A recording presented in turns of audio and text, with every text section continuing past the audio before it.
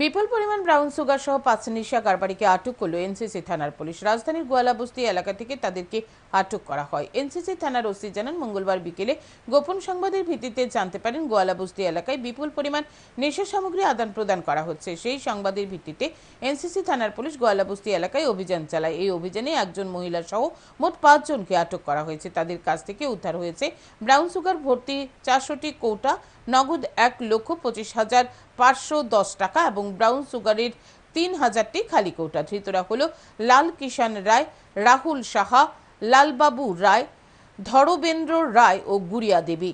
তারা সকলে গোয়ালাবস্তি এলাকার বাসিন্দা। তাদের বিরুদ্ধে এনডিপিএস ধারায় মামলা রুজু করা হয়েছে। বুধবার ধৃতদের আদালতে সোপর্দ করে পুলিশ। কাছ থেকে আমরা 400 কৌটা ব্রাউন সুগার, 1,25,510 টাকা ক্যাশ, খালি কৌটা 3,000 আমরা সিজ করি এবং আমরা টোটাল 5 জনকে অ্যারেস্ট করি। এখন আমরা ওদেরকে মাননীয় আদালতে প্রেরণ করি।